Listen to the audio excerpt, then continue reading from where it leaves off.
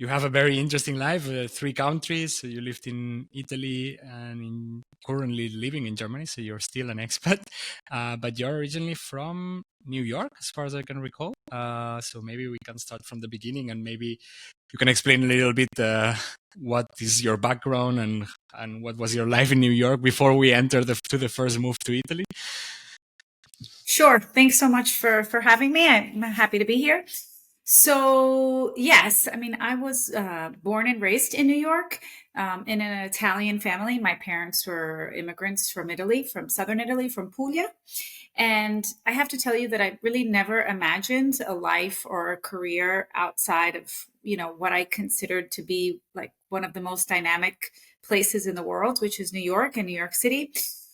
And then I also wanted to study journalism. So I thought, there's no better place than New York and to work in journalism and to first study, but then to work, obviously. So I really never thought I was going to leave New York. I also had this very loving, tight-knit family, a very Italian family where we would do things together. There's Sunday dinner, the typical Italian thing. So, and family always, comes first. So, I had fallen into that train and I was actually very happy in that train. But then I got an opportunity that came along that I really just couldn't pass up. And that was a job opportunity in Rome. And usually nobody ever moves to Italy for work because they have a very high unemployment rate in Italy. But I was very lucky, and I it was a sort of a reporting position with the Wall Street Journal in Rome. So I couldn't pass that up. So I said, I'm going. And it was just supposed to be for a year. And I was very excited because, I loved Italy and I loved everything about it. But, as my time there expanded, I started to love Italy, but then I also started to hate Italy at the same time. So it was this very love-hate relationship. So I really loved the city. I loved being in Rome. I loved the architecture. I remember that I would take the subway on the metro, and my stop was Colosseo, which is a fantastic stop, because when you walk out of the subway, there it is in all of its glory. It was very different than 14th Street in Manhattan, which is nice, but it's no Colosseo. So I loved being surrounded by that, and I loved being in Rome. And I started to really appreciate food and all of those fantastic things that Italy has to offer. I started to get very excited about fruits and vegetables and things that I never really paid much attention to.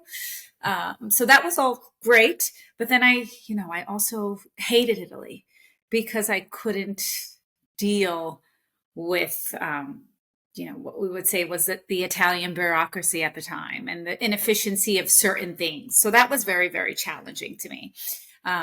So, I remember just a quick thing. I remember once my colleagues had told me, if you just got here, so why don't you all get a bank account at the Poste, which is the Poste Italiane. So I said, okay, this sounds like a good idea. They're like, you just got here. Let's just keep it simple. So you go there. So I went there, and it became a test of my will and my strength to use the Italian post office, because it was just, and like I said, I loved Italy as well, but it was just challenging because I would go to this beautiful post office at Piazza San Silvestro in Rome, which is right by the Galleria. I think that's the Galleria Alberto Sordi, and right in the center. And I would go there. It was this beautiful building. And then I would push my little button as if I was at the Department of Motor Vehicles in New York, and my little number would come out, and it would be something like, 230, and then I'd look up at the what number we're at, and it said they were at 160, and I was like, well, how is it possible that there are 90 people in front of me online? So those are the things that I found challenging, but it was this love-hate relationship with Italy, I would say. Interesting. I mean, I'm struggling with the bureaucracy right now. I moved to Italy a couple of months ago, so yeah, I'm passing through the experience of requesting your tax number, then getting the cards, getting that, not being able to open bank account if you don't have the proper papers, etc., etc. So I definitely know what you're talking about. Okay. In your case, I assume you were a little bit more prepared, at least from a cultural perspective, of course, because you come from an Italian family. So was it really like, or what you thought it would be, Italy, living there, or was it something completely different from how your family used to do things back at home? It was, I have to say, when I lived in New York, I thought I was very Italian because I had these Italian parents and because we did things what I thought was the very Italian way. But then when I moved to Rome, I realized that I wasn't very Italian at all because I had a lot of American and New York influence in me.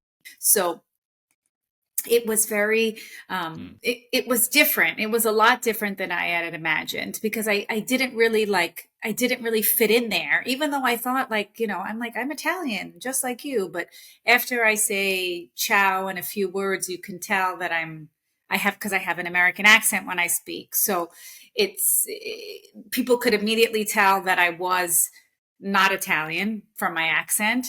And then things were very different. I mean, my parents would do things that, they had remembered Italy when they immigrated. So they were actually late immigrants, but they immigrated in 69.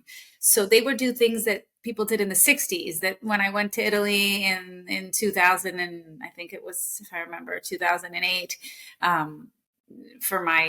when I started to live there, they were like, we don't do this stuff. What are you talking about? We don't celebrate holidays like this, or we don't have these traditions. So it was very hard. It was very difficult because it's kind of like you don't really fit in both places. Cause in New York, we were like very Italian and we weren't very American. But then in Italy, I was not at all Italian. They were like, you're not Italian. So it was hard. It was actually harder. But I did find obviously a lot of things that reminded me of family life, because there is this sort of love of being together and this love of just, sitting at a table, having good food, a nice glass of maybe wine or prosecco, whatever it is. And spending time together. So I did find a lot of that, and that reminded me a lot of home and family. So I would say that. I see. Makes sense. I mean, I think I interviewed a couple of people who are descendants of like immigrants, and then when they go back home, it's always this transition of like belonging but not really belonging, and the same in the place where you grow, you are from there but also doing things differently, so it's a little bit of the feeling of part of nowhere. It's true. You work for the Vatican or you were your work, what was it about? Because it feels like a very bureaucratical thing to do, not to work for the Vatican. It feels like very big. What was exactly your day-to-day in there? Sure. So yes, I worked for the Holy See. I worked for the Vatican. I worked for the Vatican's pilgrimage arm, which was called, which is still there, obviously. It's called Opera Romana Pellegrinaggi. So it's basically the arm of the Vatican that organizes pilgrimages for travelers, for tourists. So I handled all of our relations with the foreign press. So in my day-to-day, it was, writing press releases, about our trips. Like we would also, in coordination with the Holy See's press office, we would also bring journalists to the papal journeys as well. So we organized those. But it was actually fascinating, I have to say, because it sounds very big, but it's also very it's very humble, I have to say, because it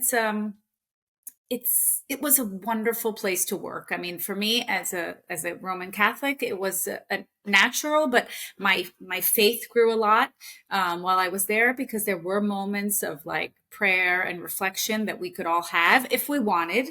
There were also in our office, there were some non-Catholic people that worked there, so they weren't obligated to participate, but it was also somewhat, like, I would say, strange, because when you're, for someone like me who had worked in journalism and business news, to then have a boss that is a priest, a monsignor, or a cardinal is a little different. So it's not like you're saying, hey, excuse me, Joe.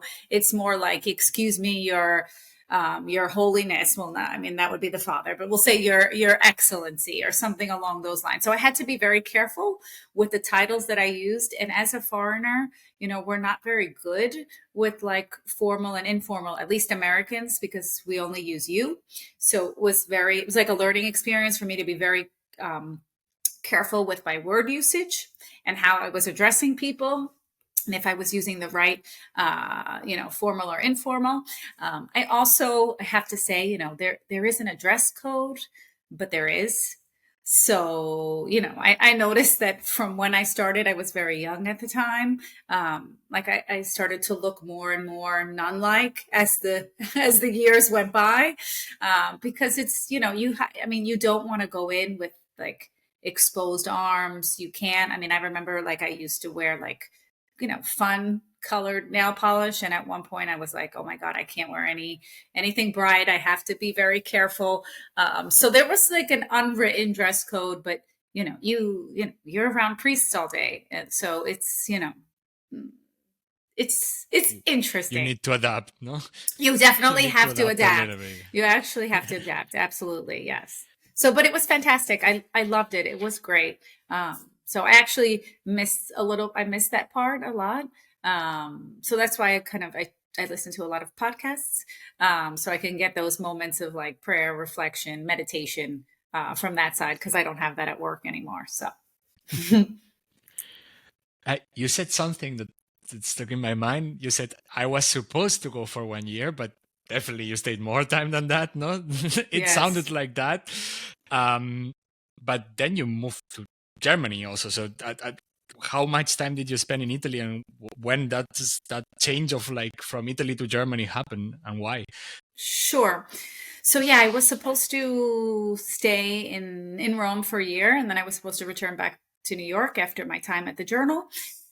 But then a lot of things happened, and it sounds like a typical story, but the truth is I did end up meeting my husband. So I ended up staying, and I ended up staying in Rome for what was about 8 years. So I lived in Rome for 8 years. I did a year at the Journal, and then I did about 5 at the Vatican. And then I ended up having a family. I ended up having a child. So I had roots there. But I do remember telling my mom, like, cause she was crying, typical Italian mom. She was crying at the airport when I was leaving. And I was like, Mom, I'm only going for a year. Stop. And I'm coming back for Christmas, but I think deep down, maybe she knew. I mean, I do go back to New York a lot, but I think she kind of maybe knew something might happen. So, so having a husband who was in the Italian Air Force, meant that, I was staying in Italy, but then he got a posting to come to Germany. So it was a very difficult decision for us to make, I have to say, because, as much as I complained a lot about Italy, I had kind of found my balance in Italy, because I spoke the language fluently. I had colleagues, I had a job, I now had a family of my own. So I had found my way, per se. And I was also in, like, if I was going to be anywhere, it should be Italy. At least I was a daughter of Italian immigrants. It would make sense for me to be there, at least from what I would call a logical perspective. But then we got this posting, and we had to sort of weigh what the right decision was. And it was for 4 years, this posting. So we didn't sleep a lot, but then we decided that it would be a good experience. So we came to Germany, and I'm still here now. And it's now 8 years later. So it's never the time that you should that you should do at the beginning. No. Yeah, I know that also. I also left for theoretically a couple of years, and I'm still 3 countries later and 8 years after that. I'm still going around without going back home. So okay. I know that feeling. Yeah. Where are you in Germany? Because Germany can change a lot between one place and the other. That's for sure. Exactly.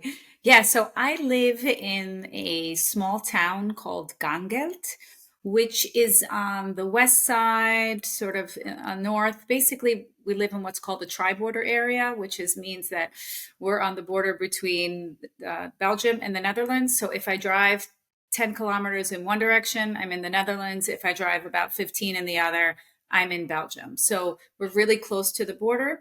But I live in a very small town that's very rural, not Rome, definitely not New York. I mean, there are bison down the block. So it is, it's very rural. Yes, it's very rural.